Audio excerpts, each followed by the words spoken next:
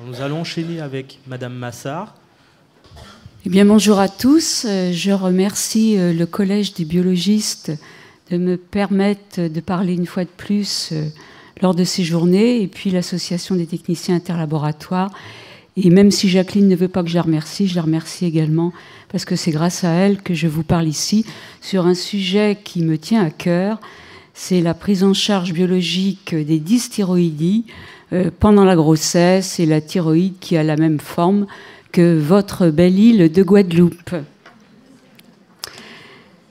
Alors j'ai présenté des QCM, donc c'est vrai que le petit délai de retard, je vais l'accepter, mais j'ai considéré qu'après ma présentation, il faudra que vous répondiez aux QCM, que vous me les réenvoyiez, et de ce fait, je verrai si ma pédagogie a été efficace en fonction des notes attribuées avant et après. Donc voilà. Donc en introduction, je vous rappelle l'importance des dysthyroïdies gestationnelles, puisque c'est une pathologie qui constitue la deuxième endocrinopathie de la grossesse après le diabète. Et pour les biologistes, malgré la facilité des dosages automatisés qui permettent la praticabilité dans tous les laboratoires de ville et des hôpitaux, il existe des difficultés. Et ce sont toutes ces difficultés dont je vais vous parler en me basant sur les consensus récents américains de 2010 et européens de 2012. Quelques rappels physiologiques. Alors tout d'abord, je vous ai montré ici le fonctionnement de l'axe thyréotrope. Vous savez que le TRH, qui est une libérine hypothalamique, va stimuler les cellules thyréotropes de l'antéhypophyse qui vont sécréter la tyrolibérine, la TSH, qui elle-même va se fixer sur des récepteurs thyroïdiens spécifiques pour stimuler toutes les étapes de l'hormonosynthèse, permettant ainsi la sécrétion de T3 et de T4 qui, par feedback négatif, va freiner le fonctionnement hypothalamo-hypophysaire. Et il faut savoir que ce rétrocontrôle hypothalamo-hypophysaire chez le fœtus n'est mature qu'en fin de grossesse. Eh bien, pendant la grossesse, il va falloir tenir compte de l'immunotolérance, comme on vient de vous en parler, mais savoir qu'il existe quand même des anticorps maternels qui peuvent être pathogènes pour le fœtus.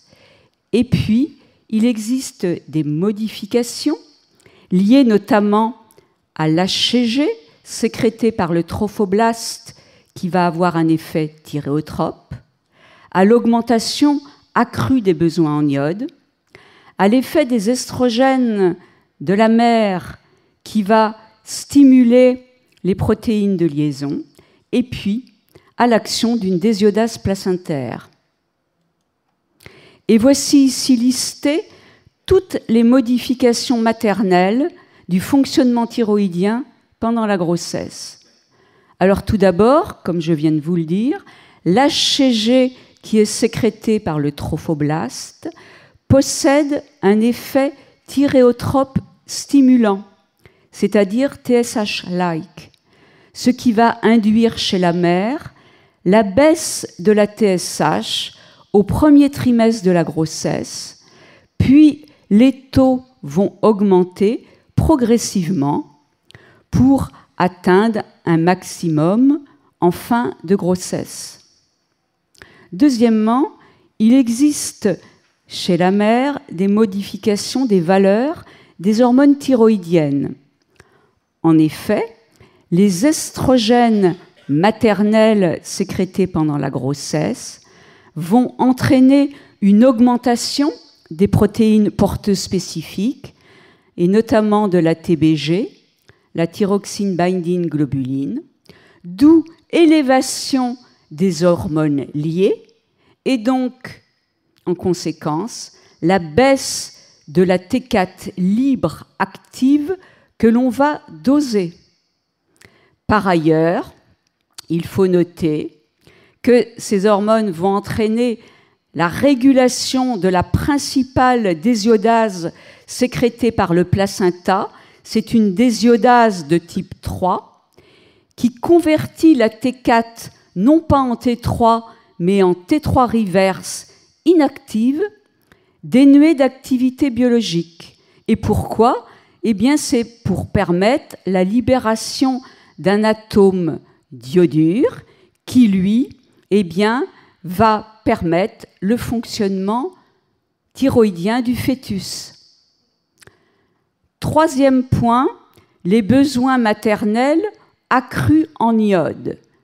Eh bien, ils sont tout d'abord liés à la physiologie pendant la grossesse. En effet, physiologiquement, il existe pendant la grossesse une perte rénale d'iode par augmentation de la clearance maternelle. Et puis, eh bien, les besoins maternels accrus en iode sont dus aux besoins nécessaires pour le fœtus, puisqu'au premier trimestre de la grossesse, le fœtus ne synthétise pas de T4 et dépend de la T4 apportée exclusivement par la mère.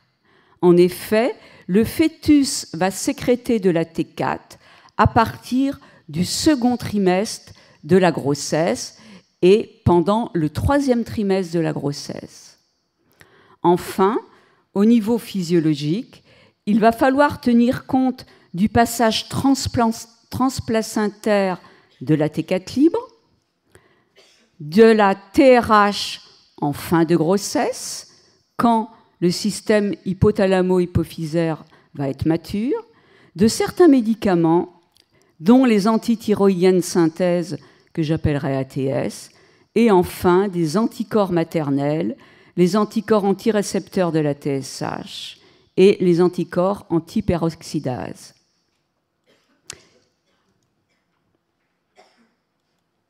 Et voici illustré, pour une meilleure compréhension, le passage transplacentaire.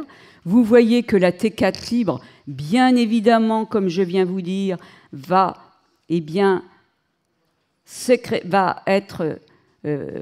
subir un passage transplacentaire pour permettre au fœtus de réguler notamment la désiodase placentaire de type 3 qui est la plus active et puis qui va permettre le fonctionnement thyroïdien du fœtus pendant le premier trimestre de la grossesse. La TSH, elle, ne passe pas la barrière placentaire. L'iode, bien évidemment, passe cette barrière puisqu'il est nécessaire à la synthèse des hormones thyroïdiennes fétales, notamment au deuxième et au troisième trimestre de la grossesse. La TRH traverse la barrière en fin de grossesse. Les médicaments antithyroïdiens de synthèse, dont je reparlerai lors de l'hyperthyroïdie maternelle, vont traverser la barrière avec un risque d'hypothyroïdie fétale si l'administration est trop poussée. Et enfin, les anticorps antirécepteurs de la TSH qui, malheureusement, traversent le placenta et sont responsables d'hyper- et d'hypothyroïdie fétale qui peuvent être dramatiques pour le fœtus, alors que les anticorps antithyroperoxydase traversent le placenta, mais ne sont pas pathogènes, sans conséquences fétales. Alors, après ces rappels physiologiques qui sont nécessaires pour comprendre la biologie, eh bien, je vais tout d'abord vous parler des conditions préanalytiques générales, puisque vous le savez, nous sommes dans un système d'accréditation et que le préanalytique constitue et représente 60 à 70% des erreurs en biologie. Alors, voici les conditions préanalytiques du bilan thyroïdien que j'ai classées en deux catégories. Tout d'abord, les conditions liées au prélèvement sanguin. Il va falloir prélever sur tube sec et, si possible, sans gel. Attention à l'héparine. En effet, l'héparine est néfaste au dosage de la T4 libre. En effet, l'héparine active une enzyme, la lipoprotéine lipase, qui va générer la production d'acides gras libres, qui déplace la T4 de ces protéines porteuses et donc qui va générer une surestimation et une augmentation de la T4 libre. Donc l'héparine est déconseillée dans le bilan thyroïdien. Le tube sec est donc mis à coaguler 30 à 45 minutes à température ambiante avant d'être centrifugé. Et puis les dosages vont être pratiqués et il est préconisé de conserver les sérums à 4 degrés si le dosage est effectué en fin de journée. Et sinon, il faut congeler à -20 si le dosage est différé. Les conditions maintenant liées aux patients.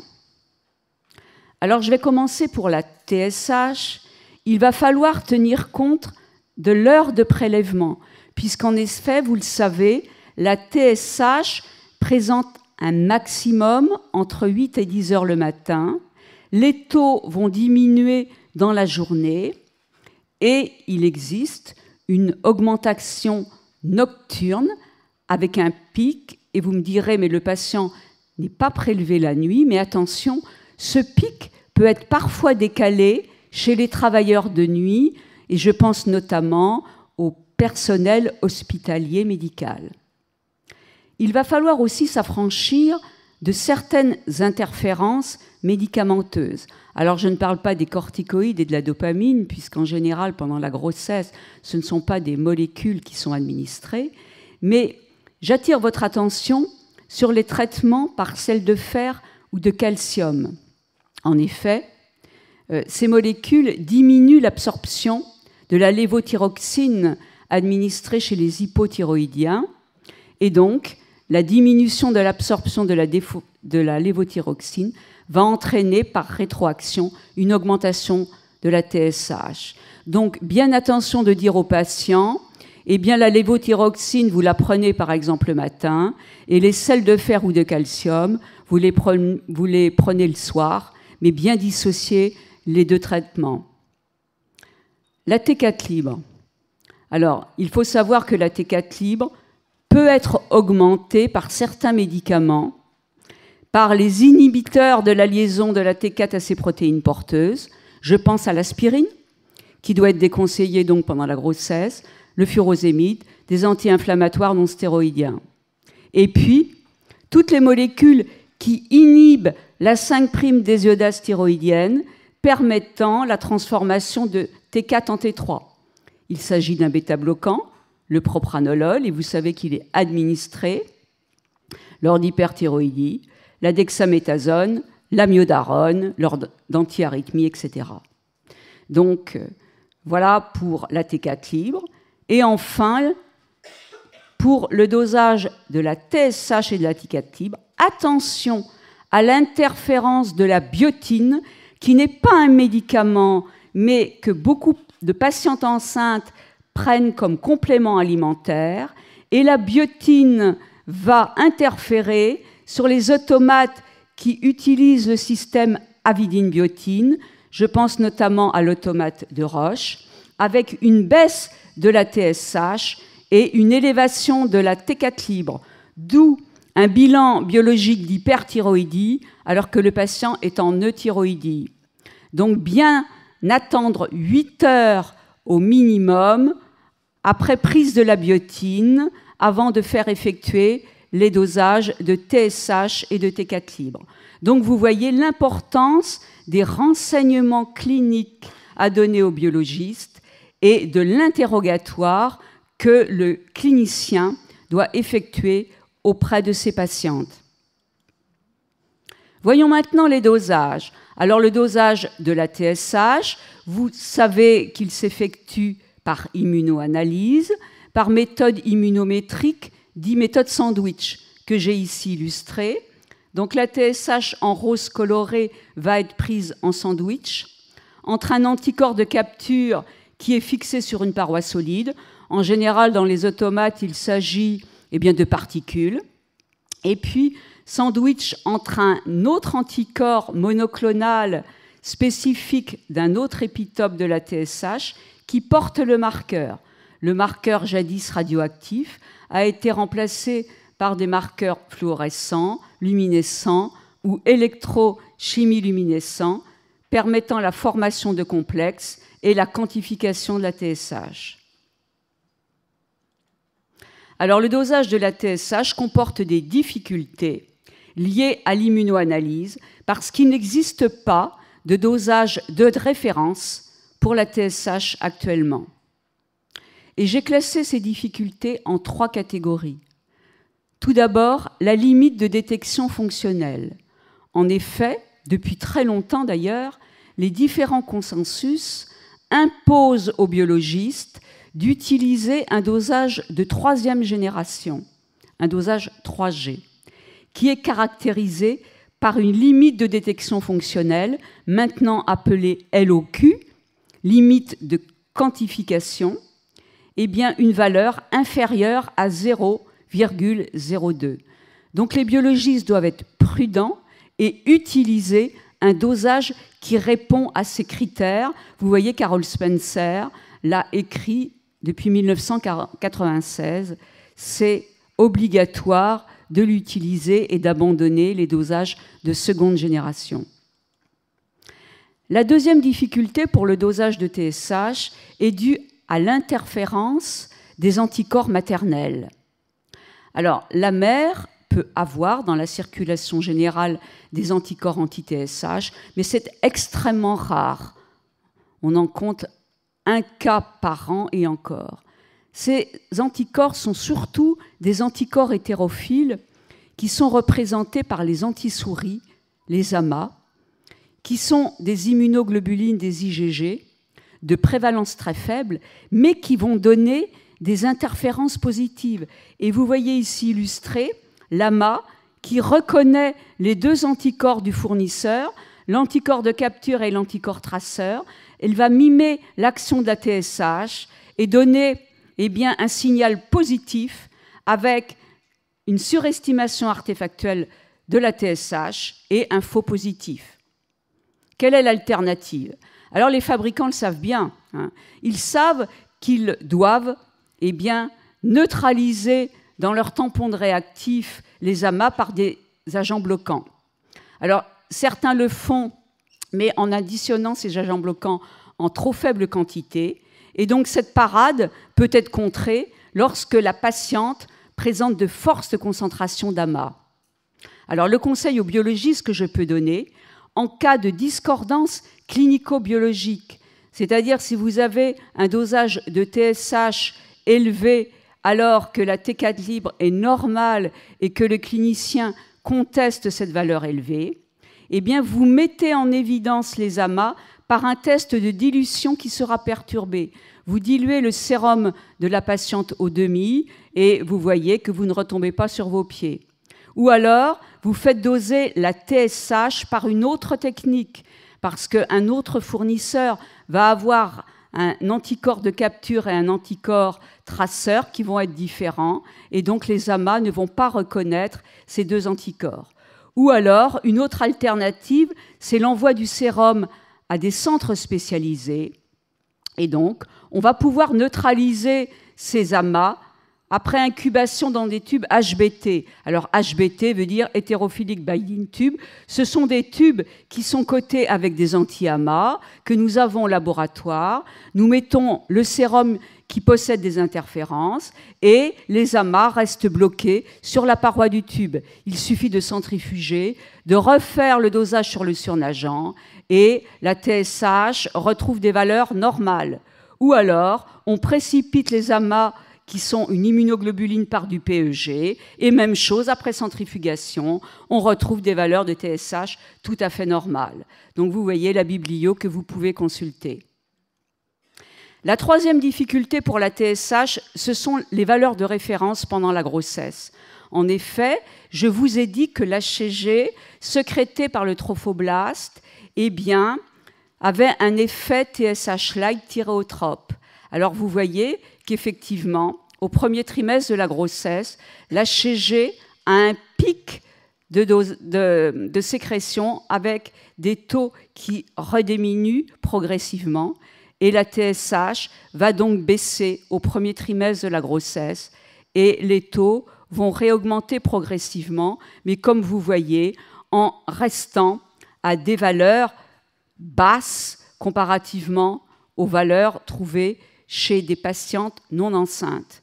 Voici les recommandations des consensus. Il faut stratifier les valeurs de TSH selon le trimestre de grossesse. Et en l'absence de normes spécifiques données par le fabricant, il faut adopter les valeurs suivantes. Pour le premier trimestre de la grossesse, les normes s'affichent de 0,1 à 2,5 milliunités par litre, de 0,2 à 3 pour le deuxième trimestre et de 0,3 à 3 pour le troisième trimestre, alors que chez la femme non enceinte, la limite haute du dosage est de 4 ou de 4 à 5 selon le dosage utilisé. Donc, il faut que le gynécologue indique sur le bon que la patiente est enceinte et pour que le biologiste puisse mettre les normes à considérer. Et puis, dernière remarque pour le dosage de la TSH, il n'existe pas d'effet crochet, bien que le dosage soit un dosage sandwich. Alors l'effet crochet, vous savez, c'est la saturation des anticorps d'immunoanalyse par des concentrations extrêmement élevées d'antigènes à doser, mais la TSH dans les hypothyroïdies n'atteint pas des valeurs extrêmement élevées et donc il n'existe pas de courbe en cloche. Donc rassurez-vous, le dosage que vous allez effectuer donne des concentrations tout à fait fiables et vous n'avez pas d'effet crochet, vous n'avez pas à le rechercher. Maintenant, le dosage de la T4 libre. Alors, le principe reposait sur des techniques de référence, la dialyse à l'équilibre, qui a été suivie de chromatographie sur colonne. Ces techniques obsolètes sont maintenant abandonnées et elles sont remplacées actuellement par des méthodes de LC-MAS, c'est la méthode de référence, mise en place par l'équipe de Linda Tienpont à Gand, et qui a fait l'objet de publications. Donc, cette méthode permet de calibrer les dosages de T4 libre effectués par immunoanalyse. En effet, dans les laboratoires de routine, on ne peut pas utiliser ces techniques trop laborieuses pour la grosse routine. On dose la T4 libre par immunoanalyse, mais ici par compétition, pas par méthode sandwich. Et il existe deux styles de dosage, des techniques une étape pour la majorité des fabricants et des techniques 2 étapes pour les techniques utilisées chez Beckman. Alors, voici ici illustré, pour mieux comprendre les difficultés du dosage, la méthode en 2 étapes. Eh bien, dans une première phase, l'hormone que vous avez à doser dans le sérum de votre patient en rouge coloré va être extraite du sérum lorsque vous l'introduisez dans l'automate en se liant à l'anticorps de capture qui est fixé sur une particule dans l'automate. Et puis, dans une seconde phase, c'est l'étape de lavage. Eh bien, la T4 liée à sa protéine porteuse est éliminée, et entre parenthèses, ainsi que les auto-anticorps que la patiente peut présenter dans le sérum. Et dans la seconde phase, eh bien, l'addition d'un analogue à la T4 qui est un traceur va permettre d'agir en compétition avec l'hormone fixée sur l'anticorps en se fixant au site resté libre de l'anticorps. Alors, pour les dosages une étape, eh bien, l'anticorps de capture, le sérum du patient et l'analogue sont ajoutés en même temps dans l'automate, mais il y a des difficultés que je vais vous exposer. La première difficulté est liée aux fluctuations physiopathologiques du taux des protéines vectrices que j'ai nommées TBP et de leur liaison. En effet, vous savez que la T4 liée à ces protéines porteuses est en équilibre avec la T4 libre active que vous devez doser. Mais cette T4 libre représente une fraction infime, 0,02% de la T4 totale dans le sérum de votre patient. Donc, quand vous allez ajouter l'anticorps anti-T4 et l'analogue de la T4 libre dans l'automate, il ne faut pas déplacer la T4 de sa protéine porteuse par l'addition du sérum du patient. Et donc, le biologiste est pieds et mains liés avec le dosage qu'il utilise. En effet, eh bien, ce déplacement va dépendre de la qualité des réactifs du fabricant. En effet, il faut que l'anticorps qu'il utilise soit de faible affinité, sinon il va déplacer la T4 de ses protéines porteuses. Et puis, il faut une faible quantité d'anti-T4 et d'analogue de la T4 pour ne pas déplacer non plus la T4 de ses protéines porteuses. Il faut aussi tenir compte, pendant la grossesse, de la diminution de l'albumine. En effet, l'albumine va diminuer au 2e et 3e trimestre de la grossesse. Ceci est dû à l'hémodilution gravidique. Et donc, on va observer une baisse de la T4 libre au 2e et au 3e trimestre de la grossesse. Et cet effet de baisse de la T4 est amplifié quand nos chers fabricants ajoutent de l'albumine à leurs réactifs. Donc, il faut bien le noter, mais je pense qu'ils sont assez sensibilisés par les publications qu'on a effectuées, mais je vous l'indique parce que certains continuent de le pratiquer. La deuxième difficulté est liée à la présence d'auto-anticorps circulants, et pour la T4, ce sont les anti-T4. Alors, la prévalence, comme pour les anticorps hétérophiles et la TSH, est faible, mais il faut savoir qu'elle peut exister et donner une surestimation de la T4 libre, mais simplement dans les méthodes en une étape, puisque je vous ai dit que dans les méthodes en 2 étapes de Beckman, eh bien, l'étape de lavage permettait d'éliminer les auto-anticorps. Alors, ça a été décrit dans la littérature, la présence d'anti-T4 qui donne des résultats erronés et élevés d'anti-T4. Donc, ce que je conseille aux biologistes, eh bien, c'est de vérifier le dosage s'il est effectué en une étape, par une méthode 2 étapes, c'est-à-dire la méthode Beckman, ou alors, en cas d'impossibilité, faire doser les auto-anticorps anti-T4. C'est ce que j'ai fait en 2009 sur un sérum qui était discordant avec la clinique. La troisième difficulté, comme pour la TSH, est liée aux valeurs de référence. Alors vous voyez, Glinauer l'avait déjà écrit en 1990, ce n'est pas un scoop. On voit que la T4 libre diminue au 2e et au 3e trimestre de la grossesse, dont les consensus imposent de stratifier les valeurs selon le trimestre de la grossesse et de déterminer les normes pour chaque automate.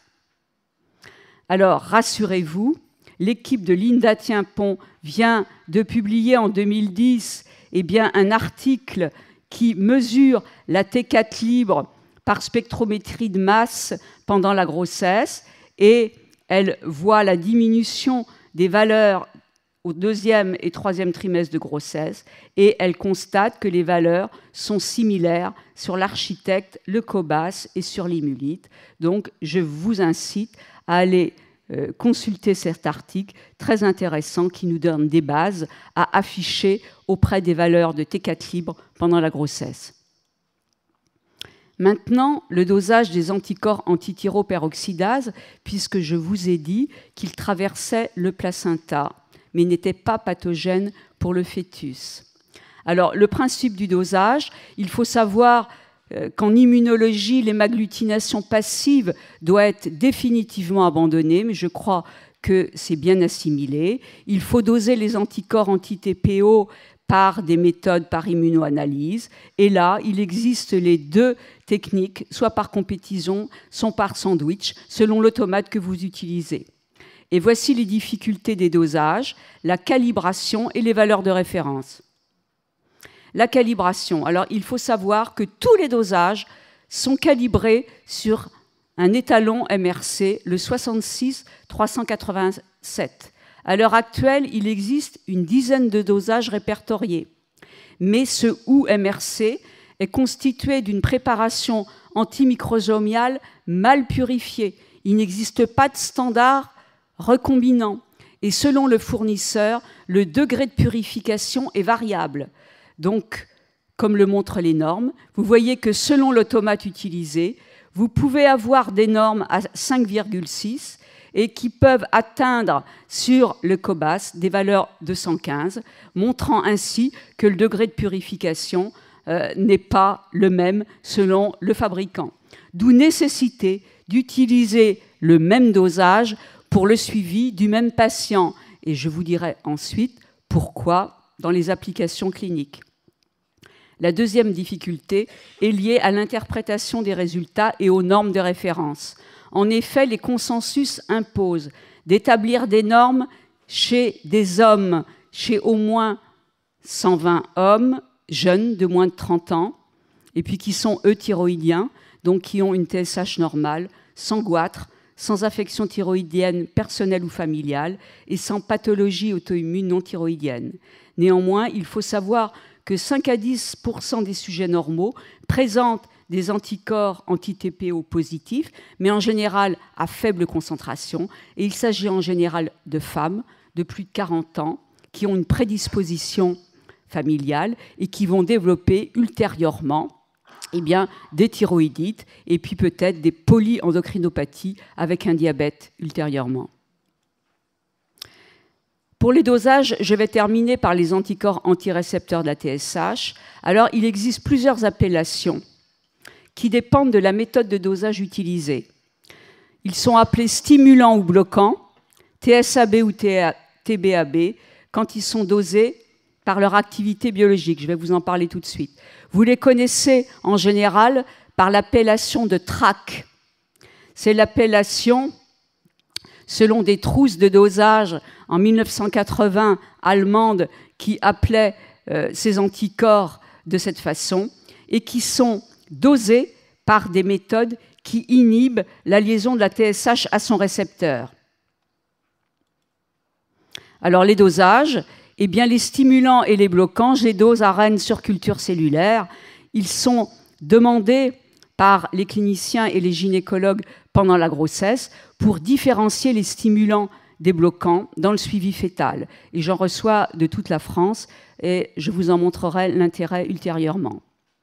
Alors les TRAC, c'est les dosages que vous connaissez. Il faut savoir que les TRAC, puisqu'ils sont dosés par compétition vis-à-vis d'un récepteur, ne peut pas différencier les stimulants des bloquants, donc mesure l'activité totale, stimulante et bloquante. Alors, jadis, il n'existait qu'un dosage de TRAC. C'était le TRAC humain deuxième génération, qui consistait à mettre en compétition le sérum à doser avec le TRAC que l'on voulait déterminer et de la TSH radiomarquée vis-à-vis d'un récepteur de la TSH humain, d'où l'appellation de TRAC humain. Donc il n'y avait aucun problème, il n'existait qu'un dosage de TRAC. Donc le suivi était toujours fait avec le même dosage. Mais maintenant, alors voici l'illustration où vous voyez la compétition du sérum du patient qui a le TRAC avec de la TSH radiomarquée vis-à-vis d'un récepteur humain qui était fixé sur les parois du tube. Et depuis une dizaine d'années, a été commercialisé un TRAC troisième génération. Alors, je n'ai rien contre, mais il utilise un anticorps porcin. Et donc, il est basé sur une compétition entre le sérum où vous voulez doser le TRAC et un anticorps monoclonal, le M22, qui est dirigé contre la poche du récepteur porcin à la TSH. Et ce M22, il va être couplé à de la biotine dans les dosages ELISA qui sont commercialisés par Medipan, RSR et bien d'autres. Et ils sont couplés au ruthénium sur le Cobas de Roche, avec les avantages décrits dans la littérature. Et bien évidemment, les dosages porcins 3G qui utilisent le M22 ne nécessitent pas d'isotopie, donc peuvent être pratiquées dans tous les laboratoires de routine.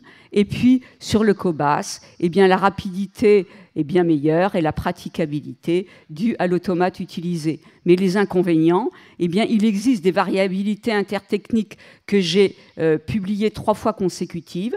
En effet, avec les techniques Medipan et LISA, on a des valeurs de trac 2 fois plus faibles que le trac humain, alors que sur Roche, on a des valeurs 2 fois plus hautes que le trac humain. D'où nécessité de suivre les grossesses avec le même dosage.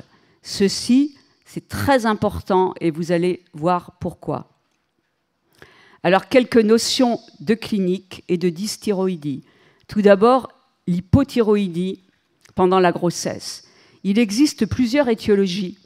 L'hypothyroïdie peut être secondaire à une thyroïdite d'Hashimoto chronique ou plus rarement subite pendant la grossesse, compte tenu de l'immunotolérance pendant la grossesse, avec possibilité de passage transplacentaire des anticorps bloquants, les TBAB, qui vont passer le placenta et qui vont entraîner une hypothyroïdie chez l'enfant. Donc, quand la patiente a une thyroïdite d'Hashimoto et des tracs élevés, on m'envoie les sérums pour que je puisse doser les TSAB et les TBAB bloquants, puisque vous savez que la thyroïdite d'Hashimoto présente des pics d'hyper et d'hypothyroïdie. Et donc, je dose les TBAB et s'ils sont positifs, eh bien, la patiente, pendant sa grossesse, a un dosage de TBAB pour suivre l'évolution du taux et évaluer les risques du fœtus. L'hypothyroïdie peut être consécutive à une hyperthyroïdie qui est traitée de façon trop intense par des antithyroïdiens de synthèse. Et dans ce cas-là, eh bien, la femme va développer une hypothyroïdie avec les risques fétals. Et puis, l'hypothyroïdie peut être liée à la carence iodée. Alors, en Guadeloupe, il n'y a pas de carence iodée, mais dans la littérature, il y a certains Afro-Caribéens, notamment dans certaines régions de Haïti, qui présentent une carence iodée. Et compte tenu des besoins du fœtus, il faut à tout prix eh bien, utiliser du sel iodé pour pallier à sa carence, qui peut être à l'origine d'hypothyroïdie, avec les conséquences chez l'enfant, notamment le retard mental, mais ce n'est pas le seul, vous le savez. Les recommandations des consensus de 2010 et de 2012 sont les suivants. Traiter qui? Toute hypothyroïdie avérée, c'est-à-dire toute patiente qui présente une TSH supérieure à 10 milliunités par litre avec une T4 libre abaissée, et ne pas traiter si seule la T4 libre est diminuée. C'est la TSH qui porte le diagnostic d'hypothyroïdie avérée. Il faut traiter également l'hypothyroïdie fruste, c'est-à-dire la femme qui présente des taux entre la limite haute de votre dosage, 4 ou entre 4 et 5 et 10 millunités par litre, si elle a des anticorps anti-TPO positifs, puisque, comme je vous l'ai dit, elle développera peut-être une hypothyroïdie pendant la grossesse. Comment traiter? Eh bien, par de la lévothyroxine et surtout pas par de la T3 ou des extraits thyroïdiens qui peuvent avoir des effets néfastes chez le fœtus. Et attention à l'interaction de la lévothyroxine, comme je vous l'ai dit, avec le fer ou les sels calciques, et bien dissocier la prise de lévothyroxine avec ces autres molécules. Quelle est la surveillance pendant la grossesse? Eh bien, il va falloir doser chez la femme la TSH. Et là, 3 cas sont à considérer. Chez des sujets, des patientes qui sont déjà hypothyroïdiennes et qui sont traitées, eh bien, le clinicien, avant la grossesse, va augmenter la dose de lévothyroxine pour abaisser la TSH à 2,5, comme je vous l'ai dit, qui est la limite haute au premier trimestre de la grossesse. Et ensuite, eh bien, il va falloir doser la TSH tous les mois au premier trimestre de la grossesse, en vérifiant bien la posologie de la LT4 en fonction du taux de TSH obtenu. Et puis, au moins une fois au 3e trimestre de la grossesse, avec le taux de 3 qui est à considérer comme cut-off haut. Chez les sujets euthyroïdiens et qui ont des anticorps antithyroperoxydase positifs, il faut doser la TSH tous les mois au premier trimestre et ensuite au troisième trimestre de grossesse. Et troisième cas, chez les sujets qui débutent une hypothyroïdie pendant la grossesse, eh bien, il faut doser la TSH tous les mois avec le cut-off considéré au premier trimestre ou au deuxième et troisième trimestre pendant la grossesse. Et bien évidemment, eh bien, effectuer un suivi fœtal par échographie et par des méthodes que vous connaissez mieux que moi. Maintenant, l'hyperthyroïdie et la grossesse, quelle en est l'étiologie? Il faut savoir que 90% sont représentés par la maladie de Basedow, que les conséquences fœtales d'une maladie de Basedow est liée, comme je vous l'ai dit, au passage transplacentaire des anticorps thyréostimulants, les TSAB, qui peuvent donner, eh bien, chez l'enfant, chez le fœtus, une maladie de Basedow anténatale ou à la naissance, une maladie de Basedow néonatale, avec un goitre, une décompensation cardiaque. Et l'hyperthyroïdie fœtale génère 1% de mortalité. Ceci est dramatique, d'où l'intérêt de doser les TSAB et les stimulants. Et puis les conséquences fœtales peuvent être liées au traitement par antithyroïdiens de synthèse. En effet, s'ils sont administrés de façon abusive, ils peuvent donner une hypothyroïdie. Et puis ces antithyroïdiens de synthèse, eh bien, étaient considérés comme le propylthiouracil, le PTU, ces dernières années, qui devait être administré à la femme enceinte parce qu'elle passe moins la barrière fœto-maternelle que les autres antithyroïdiens de synthèse. Et il a été décrit ces 2 dernières années des troubles hépatiques et des hépatites liés à cette molécule. Donc, faire attention à l'administration du PTU, qui est recommandé maintenant dans les guidelines simplement au premier trimestre de la grossesse. Quant aux autres antithyroïdiens de synthèse comme le thiamazole, attention à l'embryopathie et à l'atrésie du cuir chevelu du fœtus quand il est administré au premier trimestre de la grossesse. Quelles sont donc les données du consensus? Traiter qui? Eh bien, l'hyperthyroïdie avérée, c'est-à-dire une patiente qui a une TSH inférieure à 0,1 milliunités par litre. Il faut doser les TRAC, qui sont le marqueur de la maladie de Basedow, en début de grossesse et dans différents cas.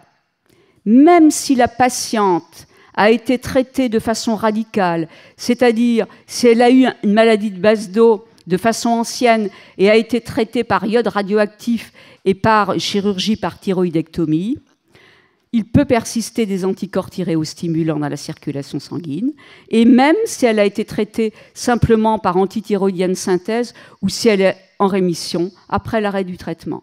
Il faut doser les TRAC, et c'est imposé. Il faut les doser également quand eh bien, la maladie de Basedow se révèle pendant la grossesse. Et puis, il faut traiter aussi toute maladie de Basedow en cours de traitement par antithyroïdienne de synthèse et qui veut développer une grossesse. Et il faut traiter toute patiente qui a un antécédent de nouveau-né hyperthyroïdien. Donc vous voyez toute l'importance des TRAC dans cette pathologie avec les conséquences de l'hyperthyroïdie et les maladies et les conséquences fœtales. Comment? Eh bien, le PTU est recommandé au premier trimestre de la grossesse et il est recommandé ensuite de switcher avec le thiaméthasole compte tenu eh bien, des effets délétères du PTU et progressivement, ces traitements doivent être mis en place. La surveillance du traitement, il va falloir suivre la femme par des dosages de TSH et de T4 libre. Le taux de T4 libre doit être maintenu à la limite haute de la normale et les guidelines se disent bien qu'en l'absence de normes spécifiques du trimestre de grossesse, eh bien, il faut adopter la norme haute de la femme non enceinte. Donc vous voyez, il faut apposer la norme haute à côté du résultat. Il va falloir doser les TRAC régulièrement et donc vous voyez, toujours avec le même dosage, vu les différences entre les TRAC 2G et le TRAC 3G dont je vous ai parlé. Et puis, il va falloir faire une échographie fœtale si le TRAC est supérieur à 3 fois la limite haute normale en début de grossesse. Donc c'est la raison pour laquelle on m'envoie souvent les TSAB pour apprécier le degré de stimulation fœtale, puisque les TSAB permettent d'apprécier le stade d'hyperthyroïdie fœtale, comme je vous l'ai dit, qu'il y avait 1% de mort fœtale due à l'hyperthyroïdie. Et il va falloir doser les TRAC après l'accouchement chez la mère, parce que, compte tenu de l'immunotolérance, il y a bien souvent un effet rebond avec une accentuation de l'hyperthyroïdie après l'accouchement. En conclusion, vous voyez que la prise en charge pour la gestion des dysthyroïdies demande une collaboration multidisciplinaire, et je pense que c'est la raison pour laquelle vous êtes tous là, entre cliniciens, qu'ils soient endocrinologues, gynécologues, pédiatres, les échographistes, les sages-femmes et les biologistes, afin de permettre un suivi biologique adapté pour que soit évitée toute répercussion délétère pour la mère ou pour le fœtus. Et puis, je suis tout à fait à votre disposition pour dialoguer. Je vous ai mis ici mon adresse email au bénéfice du patient et de la collectivité. Je vous remercie.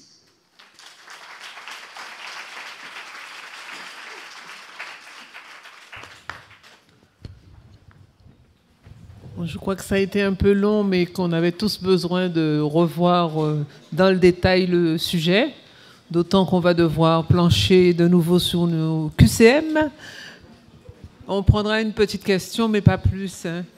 Est-ce qu'en post-mortem, on peut doser le TRAC chez un bébé qui est décédé pour savoir si l'hyperthyroïdie a été à l'origine de la mort du fœtus? J'ai souvent des sangs de cordon. Et en cas de mort fœtale, on peut doser le TRAC dans le sang de cordon, et je l'ai régulièrement. Et on voit le pourcentage de TSAB stimulant dans le sang de cordon. Comment procéder? Est-ce qu'on envoie directement à nos laboratoires qui, eux, se chargent de... Oui, il faut que le laboratoire local centrifuge le tube et nous envoie le sérum dans les conditions préanalytiques que je vous ai décrites. C'est-à-dire que, comme pour un bilan thyroïdien, vous envoyez le sang de cordon au laboratoire qui centrifuge le tube et qui nous envoie le surnageant.